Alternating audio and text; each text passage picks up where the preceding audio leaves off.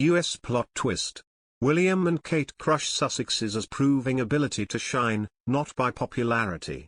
Kate, the Duchess of Cambridge, and her husband Prince William will remind Americans of what royalty can achieve in 2022, according to a royal commentator. The Duke and Duchess of Cambridge, both 39, recently attended the inaugural awards ceremony for the Earthshot Prize scheme. Aiming to run annually until 2030, the initiative launched by Prince William sees 5 winners awarded £1 million each year for their contributions to sustainable innovations. During the eco-themed event, the Cambridges announced that in 2022, the ceremony will take place stateside, where Meghan Markle and Prince Harry reside following their step away from royal duties. Speaking from on stage at London's Alexandra Palace, Prince William said, "London and the UK has put on quite a show for our first year. So for the second year, we need to pass the baton to a country whose leadership is essential for all 5 of our Earthshots."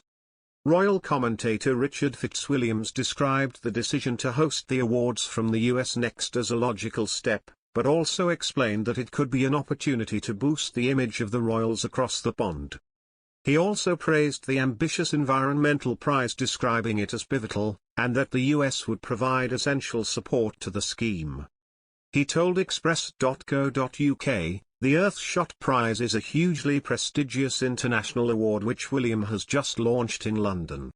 In planning its future over the decade to come, which is so pivotal for the future of the planet, it is the logical step for William to take it to the most powerful nation on Earth, the United States, whose support is so essential on this issue." Mr. Fitzwilliams also explained that there were some similarities between the actions of William and his brother Harry. He noted how previously Harry's Invictus Games, an international sporting event for wounded, injured and sick servicemen and women, started in London in 2014 before being held in other major global cities.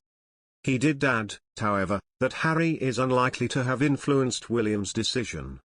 Explaining the US move, he said, "It is what Harry did with the second Invictus Games, which were held in Florida, but I strongly doubt the Sussexes featured in William's plans."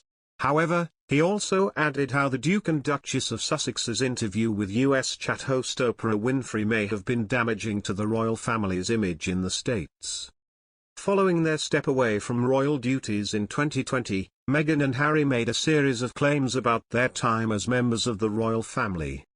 Mr. Fitzwilliams explained that taking the prize to America could provide means of promoting William and Kate's image there in the aftermath of the Duke and Duchess of Sussex's explosive interview.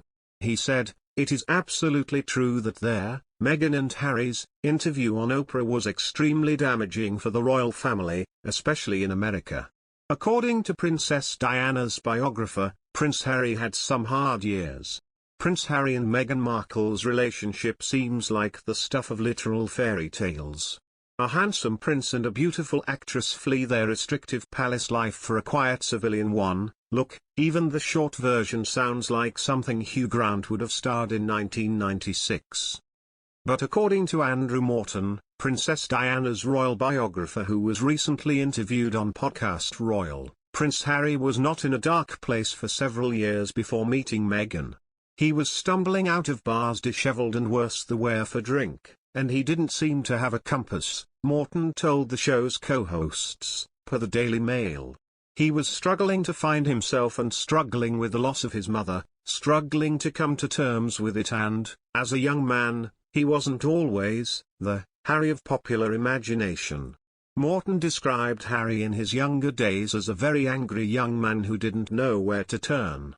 This was also, the Daily Mail points out, when Harry was in the headlines for a series of bad choices, wearing a Nazi armband at a costume party, getting into a scuffle with a photographer outside of a nightclub, and being photographed naked after a game of strip pool during a Las Vegas trip. Morton says that at this time, Harry was taking on the world because he didn't have an outlet or a way to cope with his anger. Until, that is, he started the Invictus Games, which Morton describes as Harry's call in life, and shortly thereafter, met Meghan Markle. "I think even when she fell for Harry, She insisted that he went for counseling for the anger issues that he had, Morton told the podcast hosts. Morton told